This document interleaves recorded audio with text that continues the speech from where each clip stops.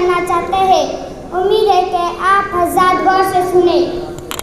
राफुन sir, उज़्नुन कान, अनफुन नाक, फमुन मुँह, ऐनुन आँख, शाअरुन बाल, वजहुन चेहरा, रकबतुन गर्दन, सदरुन सीना, बत्नुन पेट, फकजुन रान, ज़िराउन कलाई, साकुन पिंडली, यदुन हाथ, रिजलुन पैर, ज़हरुन पीठ, खिंसरुन छोटी उंगली, बिनसरुन बाजू की उंगली, उस्ता बीच की उंगली, सबावतुन शहादत की उंगली, इब्हाम अंगूठा, सिन्नन दांत, इस्बाउन उंगलियां, लिसानुन जुबान।